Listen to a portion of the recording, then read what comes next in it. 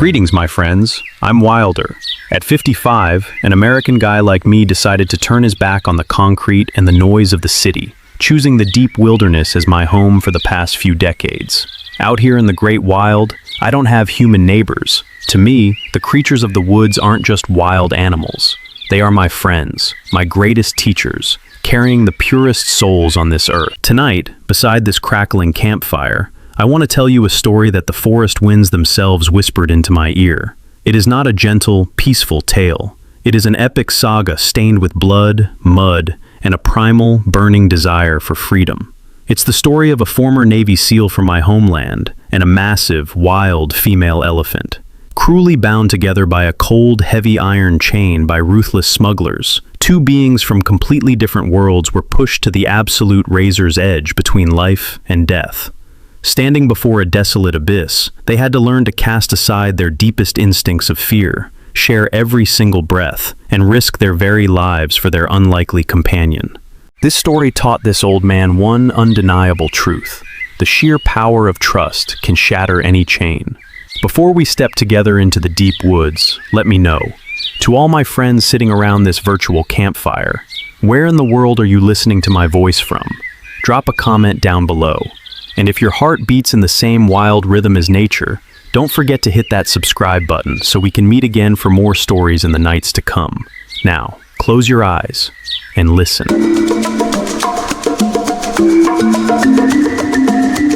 The rain in the deep borderlands of the Golden Triangle did not fall in drops.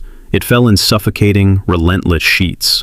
The air in this nameless, forgotten jungle camp was thick with a crushing humidity, carrying the metallic stench of rusting weapons, diesel fuel, and rotting mud. It was a place where the sky was permanently hidden behind a canopy of ancient, dripping mahogany trees, and where the temperature hovered in a sweltering, feverish limbo. I want you to put yourself in that mud for a second. I want you to imagine waking up in that oppressive heat, your lungs fighting for every breath, your body broken and bruised. That is exactly where Elias found himself. Elias is 42 years old, though the deep lines etched around his eyes make him look much older. He is a former Navy SEAL, a man built of dense, coiled muscle, standing at 6'2", with a jawline like carved granite, and eyes the color of cold, storm-tossed steel. He is a man who has spent his entire adult life walking through the darkest corners of the world. But his soul carries a heavier weight than his tactical gear ever did. Years ago, during a disastrous extraction operation in a hostile desert, Elias was pinned down. He was the commander. He made a call, and because of that call, he was the only one of his team to make it onto the extraction chopper. That event shattered him. It turned him from a proud warrior into a wandering ghost, a man who sought out the most dangerous, off-the-grid mercenary jobs just to punish himself, hoping one day the jungle or the desert would finally claim him. He had been tracking a notorious arms smuggling cartel through this green hell. He was a professional. He was careful. But in the jungle, nature and evil often conspire. He was ambushed. The man who orchestrated that ambush was known only as Viper. If Elias was a man broken by guilt, Viper was a man who possessed no conscience at all to break. Viper is in his late 30s, lean and sinewy, moving with the terrifying, unpredictable grace of a predator. He wears an expensive, sweat-stained silk shirt that mocks the brutal environment around him, and a jagged, pale scar runs from his left ear down to his collarbone. His eyes are dead, flat, and completely devoid of empathy. To Viper, everything in this world, guns, drugs, human beings, and animals, is simply a commodity, a number on a ledger. Elias groaned, tasting copper in his mouth. He tried to shift his weight, to push himself up from the stinking mud, but a sharp, agonizing pull on his right arm stopped him cold. The metal bit into his skin. He looked down.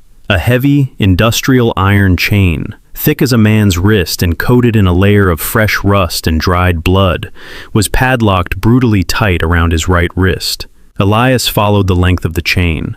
It dragged through the mud, disappearing into the shadows of the makeshift bamboo enclosure he was thrown into. He pulled on it, his tactical mind immediately assessing the weight, the tension, the possibility of breaking it. It didn't budge. In fact, the chain pulled back. It was a slow, deliberate, massive pull. Elias dragged his gaze upward, through the flickering, dying light of a single campfire outside the enclosure. And what he saw in that shadowy corner would stay with him for the rest of his life. He was not alone in this hell. Standing there, towering over him in the gloom, was Kala. Kala is a 35-year-old Asian elephant, a creature of staggering, ancient majesty, weighing nearly 4 tons. But she is not the pristine, magnificent animal you see in wildlife documentaries. She is a survivor of unimaginable cruelty. Her rough, slate-gray skin is mottled and scarred. Deep, cross-hatched white lines crisscross her massive flanks, the undeniable marks of bullhooks and whips. There are burn marks near her shoulders. Her left ear is torn at the edge. But it is her eyes that tell the true story. They are deep, amber pools of profound intelligence, currently wide with an immediate, paralyzing terror, yet carrying an ancient, ancestral sorrow. You see, Kala had not been born into captivity. She had once roamed freely with her herd, guided by her mother, the matriarch. But years ago, the poachers came. Kala watched the humans point their weapons at her mother. She heard the thunder of the rifles. She watched her family fall, stripped of their tusks and their lives, left to rot in the sun. Kala was taken. She was beaten, broken, and sold into the illicit logging trade, forced to drag timber until her muscles tore. And now, she had been acquired by Viper's cartel. They didn't care about her intelligence. They didn't care about her grief. They only saw a living forklift, a beast of burden, capable of carrying hundreds of pounds of smuggled weapons through the steep, treacherous mountain passes where no truck could ever drive. To prevent their new prisoner and their new beast of burden from escaping, Viper had devised a sickeningly cruel insurance policy. He had taken that cold, heavy iron chain and locked one end to the right wrist of the human warrior, and wrapped the other end tightly around the front left leg of the jungle queen. Think about that for a moment. Think about the absolute terror coursing through Kala's veins. Here she is, trapped in a tiny space, chained to a human. And to Kala, humans mean only one thing: pain. Humans mean the crack of a whip. Humans mean the deafening roar of a rifle. Humans mean death. Every time Kala shifted her massive weight in panic, the chain yanked Elias violently into the mud, tearing the skin off his wrist. Every time Elias tried to scramble to his feet, the chain pulled taut against Kala's leg, scraping against her old wounds, causing her to let out a low, rumbling vibration of distress that rattled Elias's very teeth. Two completely unrelated beings. A man haunted by the ghosts of his fallen brothers, seeking death. A wild elephant haunted by the slaughter of her family, desperately seeking freedom. They were bound by a tool of ultimate oppression. Elias sat there in the mud, the cold rain dripping from his brow. He looked at the chain. Then, slowly, he looked up at Kala. Kala was staring right back at him. Her massive head was lowered, her trunk curled defensively tight against her chest. She was trembling. A 4-ton animal, capable of crushing Elias into the earth with a single step, was trembling in fear of the small, broken man chained to her. Elias stopped pulling. He stopped fighting the metal. He forced his breathing to slow down. The SEAL training, the discipline, kicked in, but it was guided by something deeper. He realized, in that profound, silent moment, that if they fought each other, they would both die here in this mud. The cartel would shoot him and beat her until she complied. He didn't speak. He didn't make a sudden move. Elias just sat there, allowing the slack to form in the chain. He looked into those deep, amber eyes, projecting a single, silent thought. I am not them. I will not hurt you. Kala let out a soft, breathy sigh from her trunk, stirring the mud between them. She didn't step forward, but she didn't pull away either. In the heart of the Golden Triangle, surrounded by men with guns and hearts of stone, a silent pact was formed in the shadows. The chain that was meant to be their shared death sentence had just become their only lifeline. They were no longer a man and an animal. They were two prisoners, sharing a single heartbeat, breathing the same heavy air, staring into the dark, waiting for the storm to break.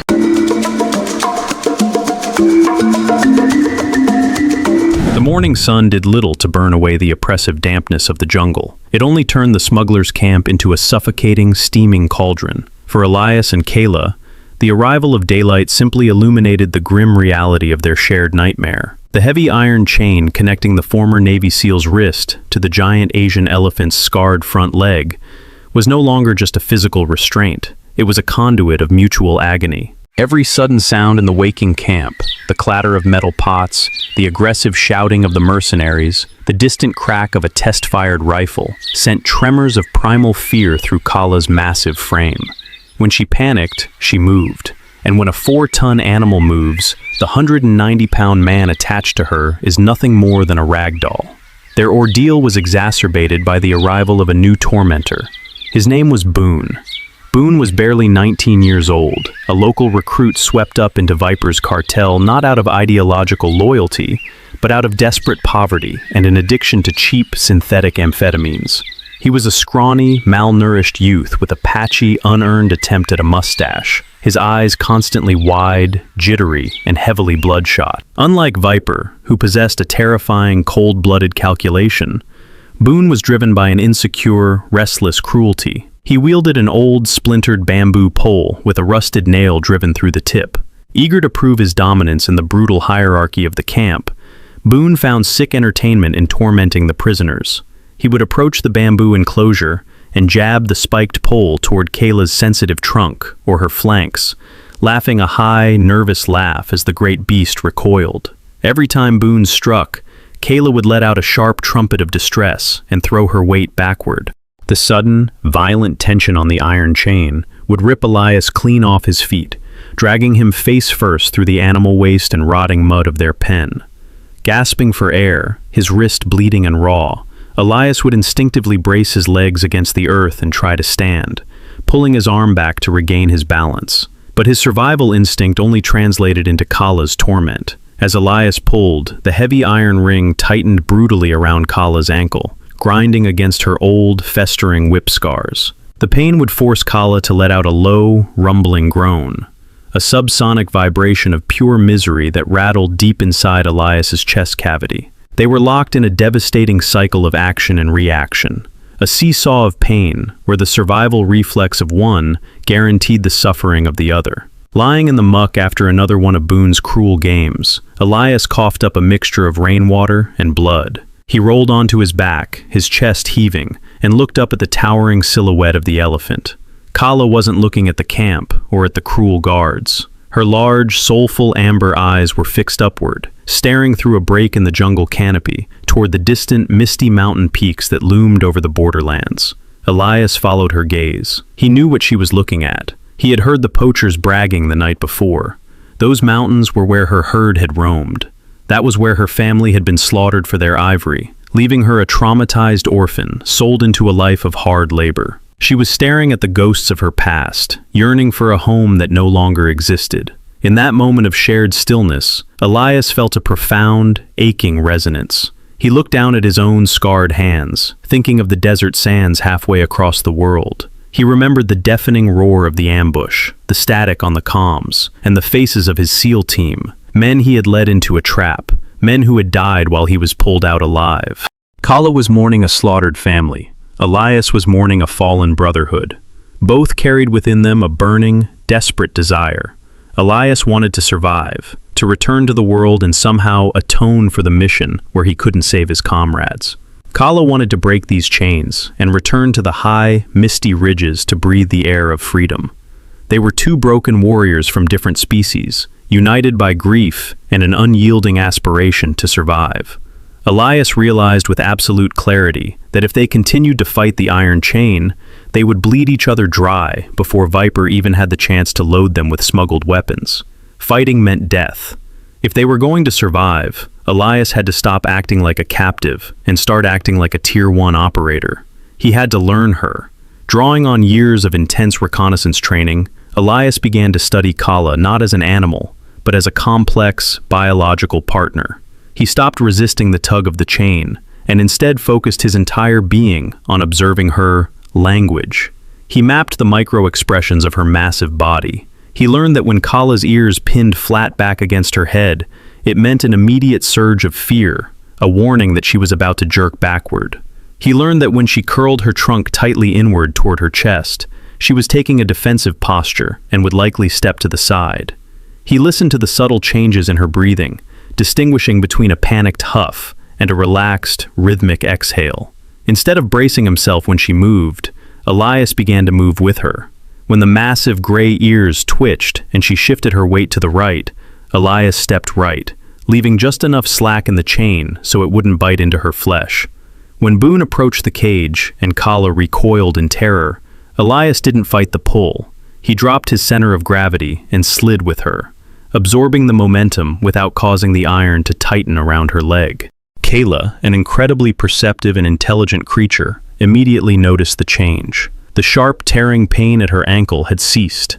The small, aggressive human attached to her was no longer a dead weight of suffering. She lowered her massive head, her intelligent amber eyes studying Elias with a newfound curiosity. Elephants possess a profound capacity for empathy, and Kayla could sense that the man was trying to bridge the gap between them. She began to test him. Kayla took a slow, deliberate half-step forward. Elias instantly mirrored the movement, stepping forward in perfect time, keeping the heavy chain draped loosely in the mud between them. Kayla let out a soft, warm breath from her trunk, a sound resembling a deep sigh. She began to deliberately alter her natural behavior. Instead of taking the long, heavy strides typical of a jungle elephant, she shortened her steps. She lowered her pacing, walking with a delicate, almost agonizing care, ensuring she did not outpace the fragile human bound to her side. By the time the afternoon rains began to fall, washing away the oppressive heat, a miraculous transformation had occurred within the bamboo enclosure. From a state of cruel, agonizing coercion, they had forged a synchronized existence. They paced the small confines of their prison together, learning to breathe in perfect unison. When Kayla stopped to rest, Elias stopped. When Elias needed to sit, Kayla stood perfectly still, ensuring the chain remained slack. The rusted iron chain was still there, physically binding them, but it was no longer a barrier of pain. It had become a silent, tactile channel of communication. A slight vibration in the metal told Elias she was anxious. A gentle lift of his wrist told Kayla he was ready to move. They were sharing the same breath, pooling their strength, waiting for the perfect moment to turn their shared aspiration for freedom into a reality.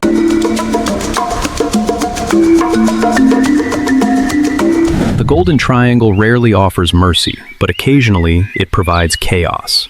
Long before the first drop of rain fell, the jungle knew the storm was coming. The oppressive, stagnant heat of the day gave way to a sudden, violent drop in pressure. The air tasted of ozone and rotting leaves, thick with the electric anticipation of a tropical tempest. For Elias and Kala, standing in the muck of their bamboo prison, the shifting wind was the only ally they had. Guarding them that night was a man named Crit. Crit was a thick-set, 40-year-old mercenary who had survived decades of border skirmishes, not through skill, but through sheer, lazy cowardice. He had a missing left eye, covered by a perpetually filthy bandana, and a mouth full of beetle-stained teeth that he constantly clicked together. Crit was complacent. He believed the heavy iron chain was foolproof.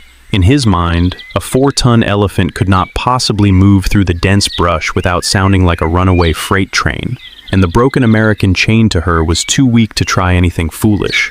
As the first distant rumbles of thunder rolled over the mountains, Crit leaned back against the bamboo fencing, lighting a foul-smelling cheroot to ward off the mosquitoes, completely unaware that death was standing just inches away in the dark. Elias felt the vibration of the approaching thunder through the soles of his boots before he heard it. He looked up at Kala. Through the agonizing hours of the day, they had forged a fragile, silent vocabulary. Elias stepped close to her massive, scarred front leg, allowing the iron chain to go entirely slack. He reached out with his free, unchained hand and pressed his palm flat against her rough skin, right above the knee. It was a physical command, a plea forged in desperation. Hold perfectly still. Kala's amber eyes locked onto his in the gloom. Her ears flattened against her head, and her massive chest ceased its heavy heaving. She understood. Lightning suddenly tore across the sky, flashing a brilliant, blinding white that turned the jungle into a stark negative. 2 seconds later, the thunder hit, a deafening, earth-shaking crack that drowned out the world.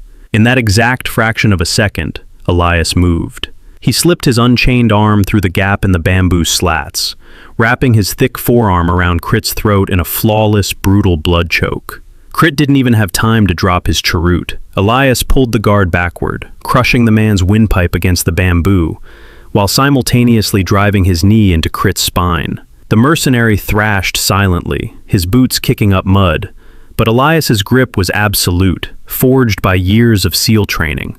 Within 10 seconds, Crit went entirely limp.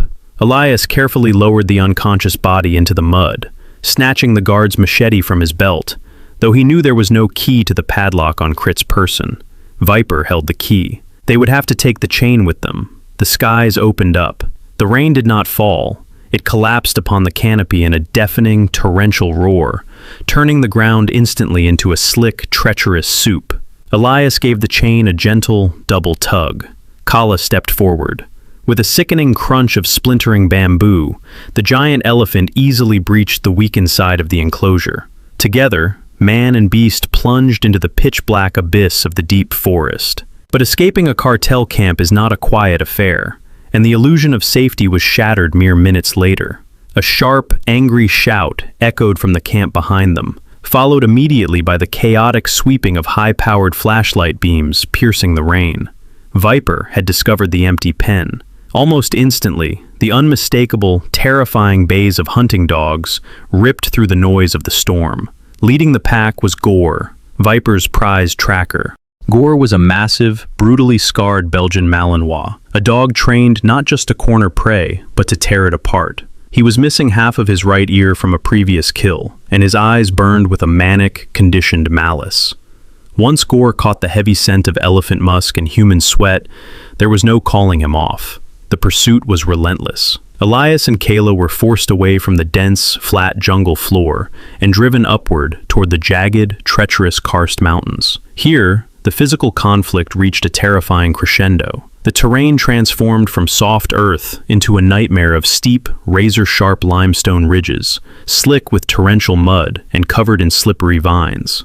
They were navigating a 45-degree incline in total darkness, bound together by 50 pounds of rusted iron. Every step became a brutal calculation of physics and agony. Kayla's sheer 4-ton mass was the only thing capable of pushing through the dense undergrowth, but the mountain slope turned her size into a liability. Every time her massive feet slipped in the mud, she slid backward, and the chain violently yanked Elias off his feet, slamming his ribs against the jagged limestone. Every time Elias lost his footing on the sharp rocks, his body weight dragged down on Kayla's injured leg, the iron ring grinding into her open wounds. The chains swung between them like a deadly pendulum, constantly throwing off their balance, threatening to snap Elias's wrist or tear Kayla's flesh down to the bone. Then, the barking closed in. Gore was leading the pack straight up the ridge, his vicious snarls echoing off the canyon walls. The sound triggered something deep and traumatic within Kayla. It was the exact sound the poacher's dogs had made on the day her mother was slaughtered.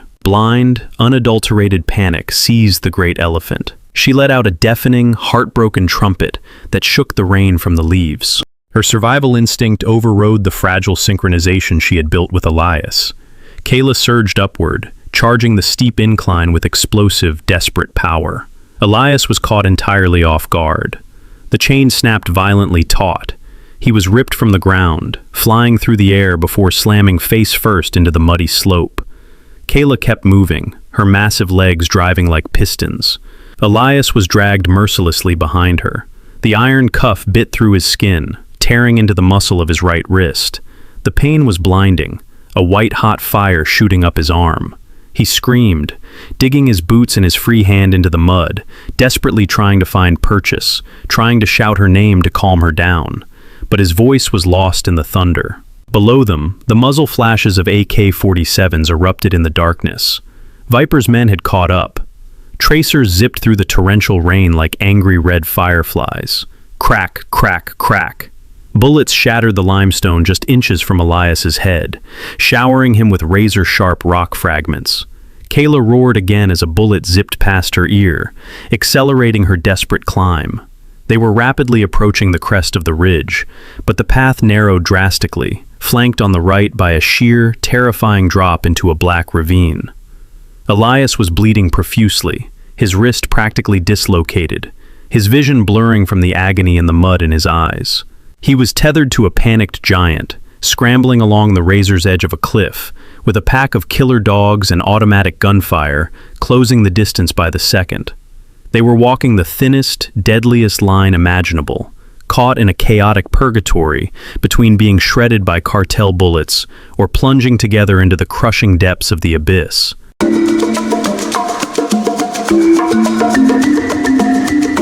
The relentless barrage of AK-47 fire chipped away at the limestone ledge, sending lethal fragments of rock spinning through the torrential downpour.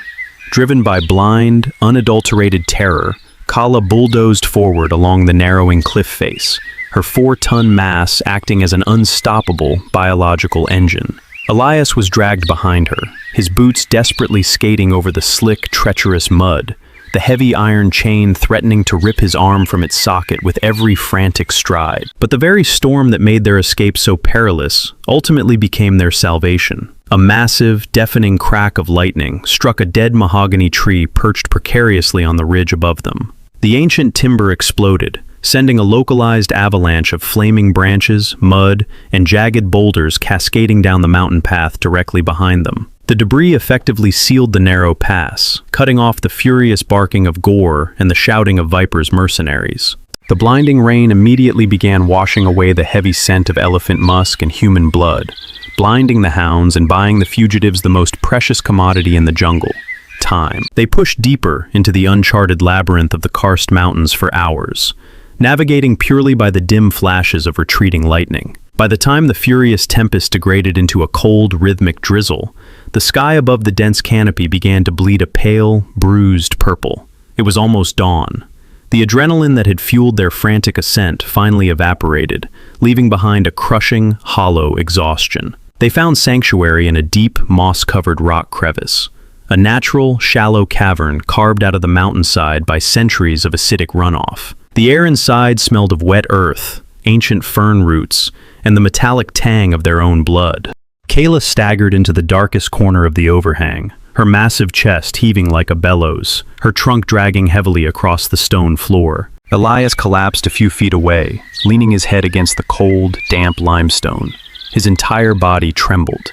His tactical uniform was shredded, his face coated in a thick layer of grime, and his right wrist was swollen to twice its normal size beneath the rusted iron cuff. As the dim gray light of morning crept into the crevice, Elias forced his eyes open and looked at his companion. Kayla was not resting. She was shifting her weight anxiously, constantly lifting her front left leg off the ground and letting out a pathetic, vibrating whimper that seemed entirely too fragile for a creature of her immense size. Elias dragged himself closer, fighting the agonizing flare of pain in his own arm, to inspect the chain. What he saw made his stomach turn. The frantic, upward scramble along the cliff edge had turned the heavy iron chain into a brutal saw. The rusted metal cuff had chafed through Kayla's thick, slate-gray hide, shearing away the calloused skin and digging deep into the sensitive pink muscle tissue underneath. The flesh was protruding, inflamed and raw, oozing a steady stream of dark red blood that pooled around her massive toenails.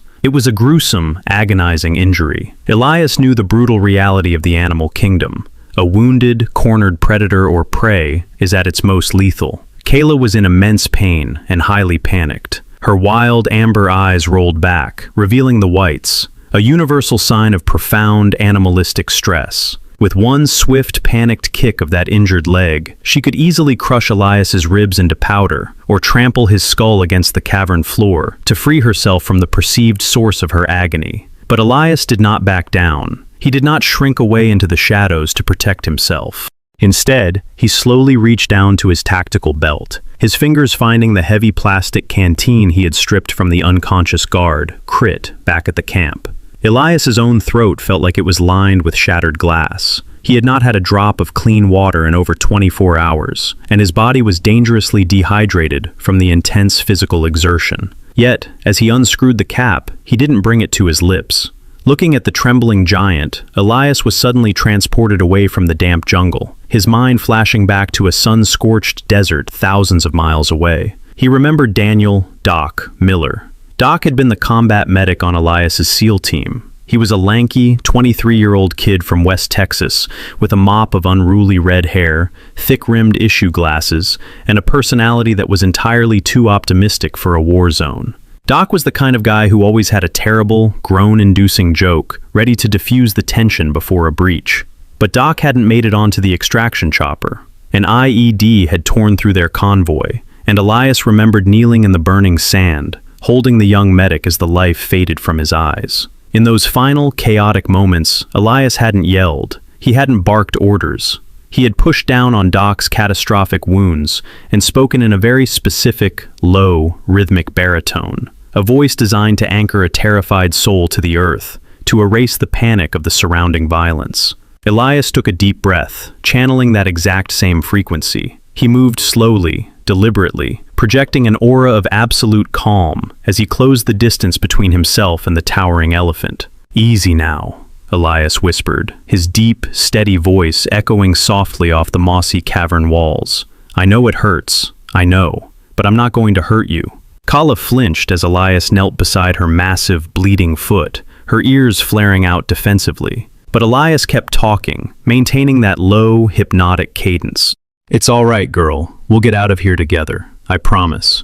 He tipped the canteen.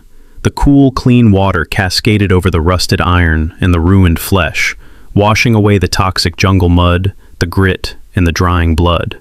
Kayla let out a sharp hiss of breath through her trunk as the water hit the raw nerves, but she did not pull away.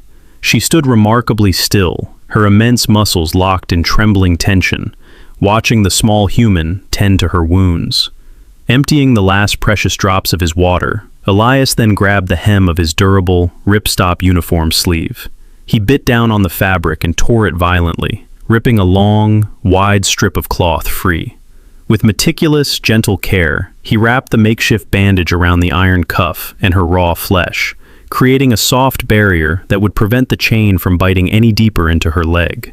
He tied it off securely, making sure the pressure was comforting, not constricting. When he finally tied the knot and sat back on his heels, the atmosphere inside the rock crevice had fundamentally shifted. The frantic, vibrating whimpers had ceased. Kayla stood in absolute silence, her massive head slowly lowered, bringing her face level with Elias. The wild, terrified glaze that had clouded her eyes since the smugglers' camp gradually melted away, softening into a look of profound, ancient intelligence and contemplation. She looked at the improvised bandage on her leg, and then she looked at the man chained to her. Slowly, deliberately, her enormous trunk uncoiled. It was coated in dried mud and coarse, bristly hairs, an appendage containing thousands of muscles capable of uprooting a tree. It hovered in the air between them for a heartbeat. Elias didn't flinch. He didn't move away. He stayed perfectly still as the incredibly sensitive, prehensile tip of her trunk reached out and gently rested against his shoulder. It was a fleeting, breathtakingly tender touch, a physical embrace that carried the weight of 1,000 words. It was an acknowledgement of his sacrifice, a recognition of his mercy. In that quiet, sacred moment, the brutal conditioning of her past was overwritten. The fear that had defined her existence since the poachers took her family gave way to an absolute, unshakable faith in the man sitting before her. A miraculous transformation had occurred in the damp, mossy shadows of the cave. The cold iron chain connecting their limbs no longer felt like a shackle meant to destroy them. It had become a vital, unbreakable thread connecting two wounded souls, binding them together in a unified pact of survival.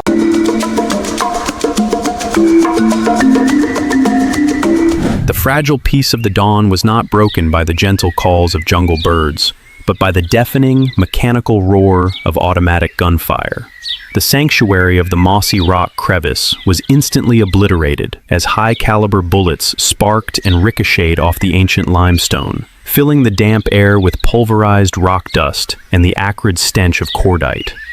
Elias and Kala were forced from their shallow refuge, driven higher up the mountain by the relentless pursuit of Viper's cartel. The heavy morning mist clung to the jagged peaks, obscuring the treacherous terrain as the fugitives scrambled upward, the heavy iron chain dragging between them like a metallic serpent. They broke through the dense canopy, only to find themselves completely trapped. The mountain path did not lead to freedom. It abruptly terminated at the edge of a razor-thin limestone cliff. Behind them lay an army of heavily armed smugglers. Before them, a sheer, terrifying drop plunged 100 meters down into a raging whitewater abyss, the river below roaring like a hungry beast waiting to consume them. There was absolutely no turning back. Emerging from the tree line was the cartel's vanguard, led by a new and terrifying threat. His name was Kale, Viper's most trusted assassin and lead enforcer. Kale was a man devoid of both mercy and voice. He was exceptionally tall and painfully skeletal. His pale skin stretched tight over sharp, angular cheekbones, giving him the appearance of a walking corpse. A horrific, jagged scar cut horizontally across his throat, the brutal remnant of a rival cartel's blade that had severed his vocal cords years ago, leaving him entirely mute. He communicated only through the cold, precise violence of his actions. Kale wore no shirt under his tactical chest rig, proudly displaying a torso covered in macabre tattoos, and his dead, shark-like black eyes locked onto Elias with absolute predatory focus. Kale did not fire wildly like the other mercenaries. He raised a customized, scoped, designated marksman rifle, his breathing perfectly synchronized with the crosshairs.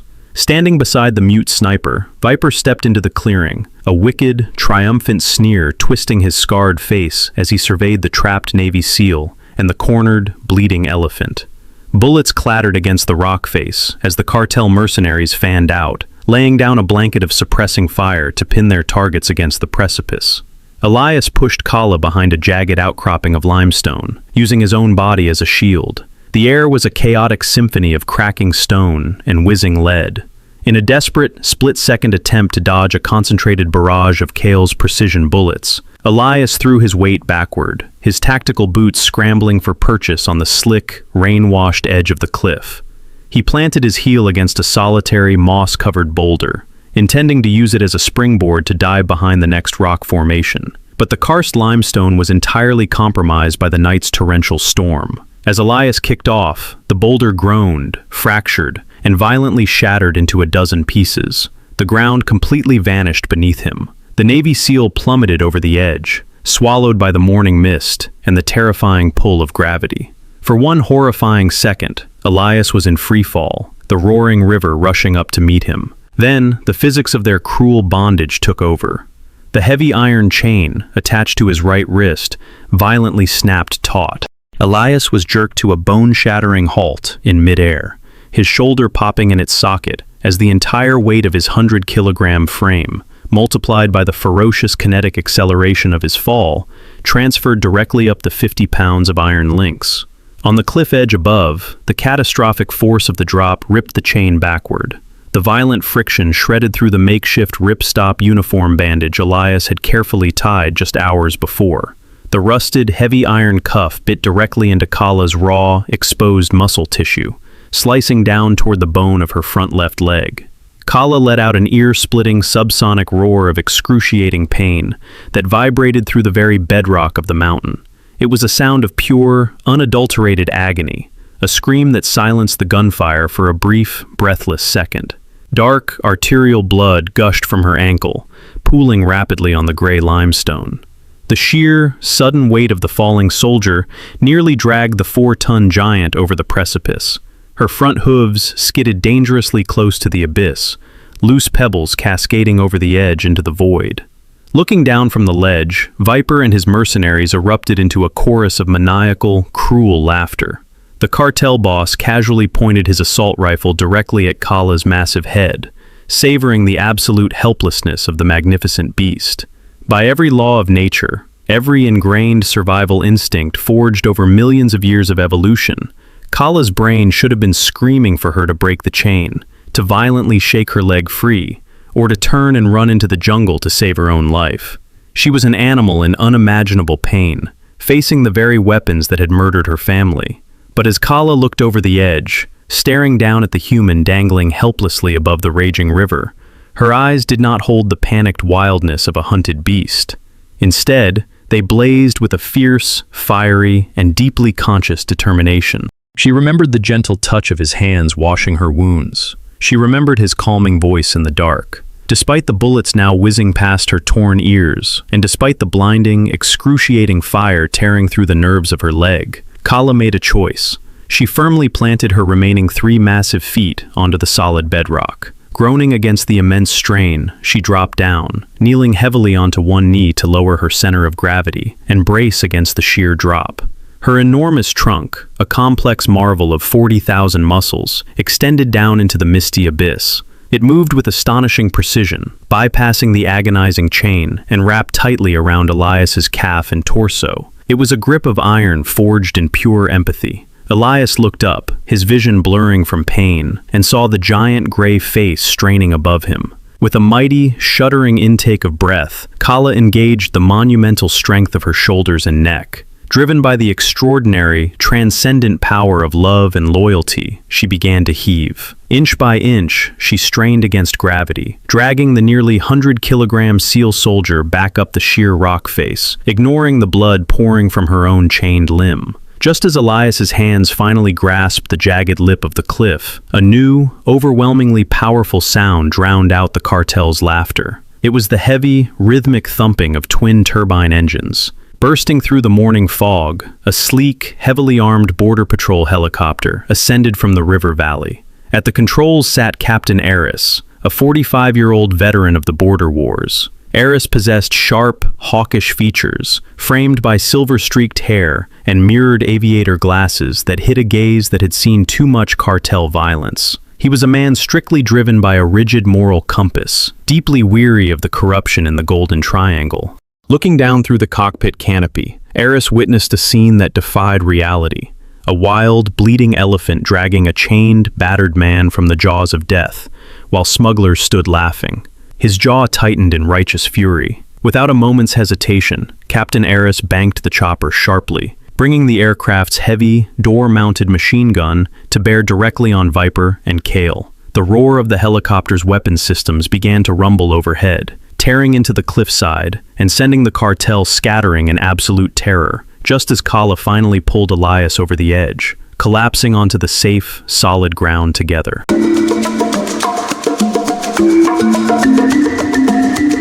The relentless, mechanical roar of Captain Eris's helicopter gunship was the most beautiful sound Elias had ever heard.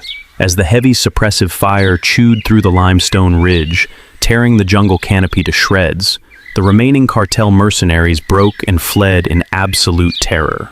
Viper and Kale, realizing their absolute dominance had been shattered from the sky, abandoned their weapons and vanished into the dense undergrowth, leaving their lucrative prize behind. The massive Border Patrol chopper flared its rotors, kicking up a blinding maelstrom of rain, pulverized rock, and dead leaves as it aggressively touched down on the narrow, blood-stained precipice. Elias lay flat on his back on the wet, coarse grass near the cliff's edge, his chest heaving violently as he gasped for the thin mountain air. His tactical uniform was little more than bloody rags, and his right arm hung uselessly at his side, the wrist torn and swollen to grotesque proportions. Yet he did not look at the heavily armed border guards pouring out of the helicopter. He looked only at Kala. The great Asian elephant stood over him like a protective mountain of slate-gray muscle. Despite her own catastrophic exhaustion and the terrible, bleeding wound on her leg, she lowered her massive head. With an astonishing, heartbreaking gentleness, she uncurled her mud-caked trunk and began to softly brush the debris and rock dust from Elias's chest, her warm, rhythmic breathing washing over his face. From the rear compartment of the helicopter, a specialized rescue team deployed. Among them was Dr. Maya Lin, the lead wildlife veterinarian attached to the Border Task Force. Maya is a woman of 34, possessing an athletic, wiry frame built from years of trekking through unforgiving terrain. Her dark hair is pulled back into a severe, utilitarian braid, and her sharp, observant brown eyes hold a mixture of clinical focus and fierce, protective warmth. Having spent her entire career fighting the devastating aftermath of the illegal wildlife trade, she carries a deep-seated disdain for poachers, a trait that makes her bedside manner with criminals incredibly cold, but her touch with wounded animals profoundly gentle. She wears a mud-splattered khaki vest, heavily laden with trauma supplies, and moves with an air of absolute, unshakable authority. Beside her was Sergeant Torres, a stocky, calm, and highly professional combat medic assigned to treat human casualties. Torres rushed toward Elias with a trauma bag, but Elias weakly raised his left hand, pointing a shaking finger toward the heavy iron chain that still bound him to the giant beast. Maya immediately understood. She gestured sharply to a heavily armored guard carrying a pair of industrial hydraulic bolt cutters. "Stay perfectly still," Maya instructed, her voice calm and steady as she approached Kala. The elephant tensed, her ears flaring slightly at the approach of the new humans, but Elias let out a low, reassuring hum from his chest. Kala instantly settled, trusting the man she had just saved. The guard positioned the heavy steel jaws of the bolt cutters over the thickest, most rusted link of the chain, resting on the rock between them. He squeezed the hydraulic handles. A loud, dry click echoed across the cliffside, sharper than any gunshot. The hardened steel surrendered. The iron chain snapped in two, the heavy links clattering off the edge and tumbling down into the roaring abyss below. The sudden absence of the terrible weight was a physical shock. Elias closed his eyes as the iron cuff was carefully unlocked and slipped off his mangled wrist. Beside him, Maya gently removed the blood-soaked ripstop bandage and unclasped the metal ring from Kala's leg, immediately applying a thick layer of coagulating antibiotic foam to the raw flesh. They were, finally and truly, physically free. Torres immediately began prepping a stretcher, calling for the medevac chopper to initiate an immediate extraction to the nearest military hospital. "You've got a severe dislocation, multiple lacerations, and probable internal bleeding," Torres stated, trying to guide Elias onto the backboard. "We need to fly you out right now, soldier." But the story didn't end there. Elias gritted his teeth, refusing the painkillers Torres offered, and forced himself up into a sitting position. He looked at the helicopter, its rotors still spinning loudly, and then he looked at Kala. The elephant was pacing nervously near the tree line. She was free from the chain, but she was still deeply traumatized, stranded in a hostile mountain range, filled with the lingering scent of her captors and the terrifying noise of human machinery. If they flew away now, leaving her in the care of well-meaning but heavily armed guards, she might panic and run blindly back into danger. "I'm not getting on that bird," Elias rasped, his voice rough as sandpaper. He staggered to his feet, waving off Torres's assisting hands. "She saved my life. I am not leaving her out here in the open." Captain Eris, stepping down from the cockpit, looked at the battered seal and the majestic elephant. He understood the unwritten code of the wild. Eris nodded slowly. "There's a protected national reserve 10 miles north of this ridge. It's safe territory, heavily patrolled by rangers. We can't airlift her, but we can escort her." Elias requested a jeep. He refused to ride inside the cabin, instead sitting on the lowered tailgate of the open 4x4, his injured arm stabilized in a temporary sling. The journey was agonizingly slow, a 10-mile procession through the heart of the Golden Triangle. The rescue convoy drove at a crawling pace, matching the careful, limping strides of the great elephant. For hours, they moved away from the violent, jagged karst mountains and descended into the lush, welcoming embrace of the lowlands. Elias kept his eyes locked on Kala the entire time, speaking to her in low, soothing tones whenever the engine noise made her anxious. In return, Kala walked close to the tailgate, occasionally extending her trunk to lightly touch Elias's knee, ensuring her human companion was still there. As the late afternoon sun began to dip below the horizon, the dense, hostile jungle transitioned into a magnificent expanse of towering, ancient trees and rolling, mist-covered hills. They had reached the boundary of the National Wildlife Reserve. The air here was different, cooler, cleaner, and utterly devoid of the metallic stench of the cartel camps. A heavy, peaceful fog rolled through the dense canopy, cloaking the forest in a sacred, silent majesty. The convoy came to a gentle halt. The guards and Dr. Maya Lin stepped back, giving them space. Elias slowly slid off the tailgate of the jeep, his boots touching the soft, damp earth of the sanctuary. He walked forward until he stood just inches from Kala. The giant elephant stopped, towering over him, her amber eyes reflecting the fading sunlight. Elias reached up with his good hand to his chest. Fastened to the Velcro patch of his shredded, blood-stained tactical vest was his golden trident, the special warfare insignia of the Navy SEALs. It was a symbol of immense pride, of surviving the harshest training on Earth, but for years, it had also felt like a heavy anchor of guilt for the men he had lost in the desert. Now, standing before the creature who had pulled him from the abyss, the guilt was finally gone. He had saved a life, and she had saved his. He ripped the badge from his chest. With absolute reverence, he reached up and gently pressed the golden eagle and anchor against the rough, warm skin of Kala's trunk, leaving it in her grasp. "Thank you," Elias whispered, his voice cracking with an emotion he hadn't felt in a decade.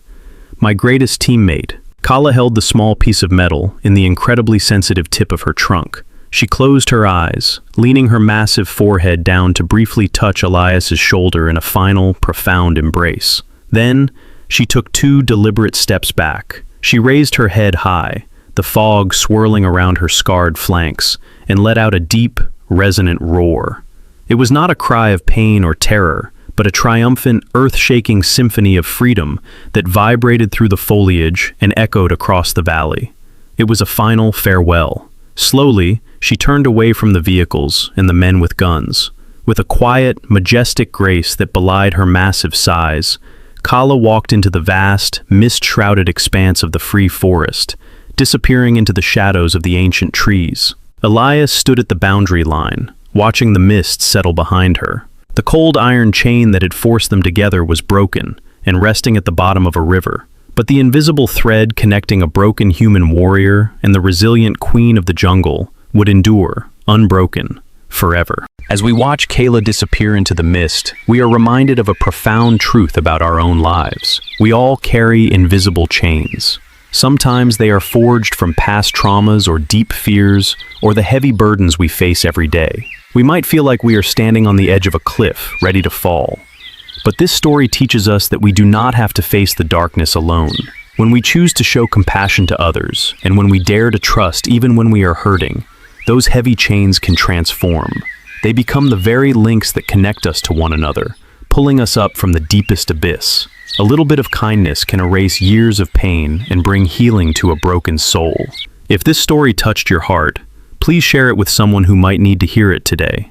Take a moment to subscribe to the channel so we can continue to share these beautiful journeys together. May God bless you and your loved ones with peace and strength in your daily lives. If you believe that love and compassion can break any chain in this world, please comment Amen below. If you believe that love and compassion can break any chain in this world, please comment Amen below.